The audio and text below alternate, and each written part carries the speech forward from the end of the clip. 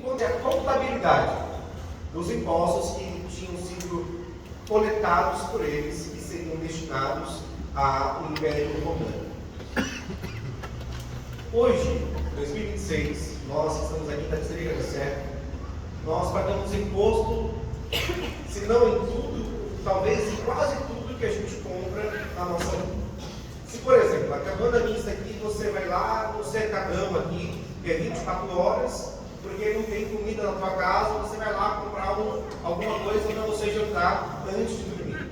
Você vai lá, vai escolher os produtos que você quer comprar, que você vai fazer, você vai pagar, e depois, se você tiver curiosidade, você vai pegar lá o cupom fiscal, e você vai ver que naquele valor que você pagou, tanto por cento é de imposto. Quem tem casa própria, mês de janeiro, fevereiro, é sempre a mesma preocupação. Tem que pagar o IPTU. Porque se não paga o IPTU, que é o imposto do seu imóvel, aí chegou o momento que vai dar muito ruim, você vai perder seu imóvel. Quem tem carro, a mesma história. Quem tem carro precisa pagar o IPVA, porque se você não paga o IPVA, que é o imposto do seu veículo, se você tiver a sorte, vamos pensar assim, de ser parado por uma blitz, lembrando que a PRF está aqui pertinho da gente, e se você não paga o seu IPVA, o seu carro é apreendido, e aí o que ele fazer? Depois você vai ter que pagar tudo o que deve, mais o tempo do pátio, mais imposto.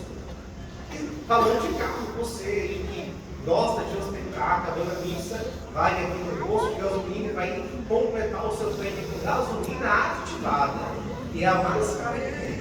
Você vai ver lá que o seu tanque cheio, sei lá, 45 litros, vai dar aí quase R$300. Esses R$300, se você pegar a nojinha fiscal, você vai ver que tantos por cento é de imposto. Eu não conheço ninguém que é feliz pagando imposto.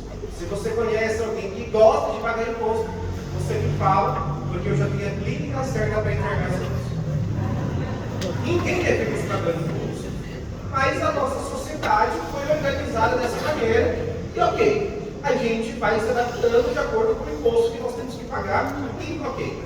Mas no tempo de Jesus, não era assim que funcionava. No tempo de Jesus, não é que alguém ia lá, por exemplo, na quitanda da Dona Maria, porque não tinha cercadão no tempo de Jesus, não era 24 horas, então ia lá na Dona Maria para comprar um pacote de farinha, por exemplo. E não é que naquele valor que a pessoa comprava um pacote de farinha, já estava descontado o imposto como é hoje em dia. Não era assim. Como funcionava? Os coletores de impostos, os cobradores de impostos ou os publicanos iam até as regiões fazerem a cobrança. Eles iam lá, batiam na porta, Dona Maria, a senhora tem a casa, mas também tem ali o seu comércio, então pague imposto para Roma. Isso era algo muito difícil de ser aceitado pelo povo de Israel. Por quê? Vamos entender um pouquinho melhor isso. Israel, no tempo de Jesus, estava sendo governado pelo Império Romano. O Império Romano não era de Israel, era de Roma, e não era da religião judaica, era um povo pagão. Então, pense assim, um povo estrangeiro chegou em Israel, tomou aquele povo para governar para si, e além disso, tinham costumes diferentes, culturais e sobretudo religiosos. Para o povo de Israel, era uma dor muito grande serem administrados por um povo que era estrangeiro daquele lugar, por um povo que não era pertença daquela terra.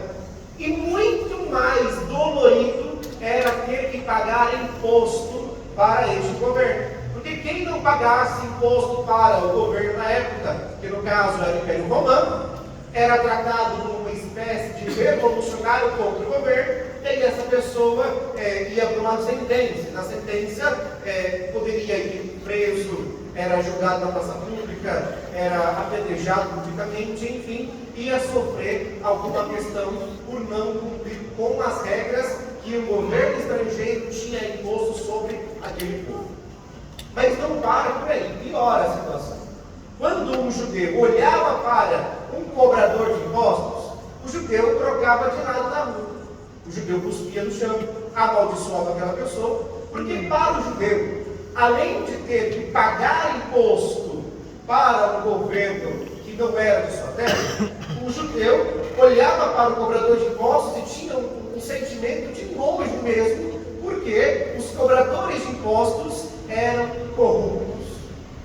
Por exemplo, se Roma determinasse que a Dona Maria tivesse que pagar 10% de imposto de acordo com aquilo que ela tinha, ia lá um cobrador de impostos e tirava da Dona Maria 15%, porque 5% ficava para ele. Então, os judeus tinham um repúdio verdadeiro quando viam um cobrador de impostos.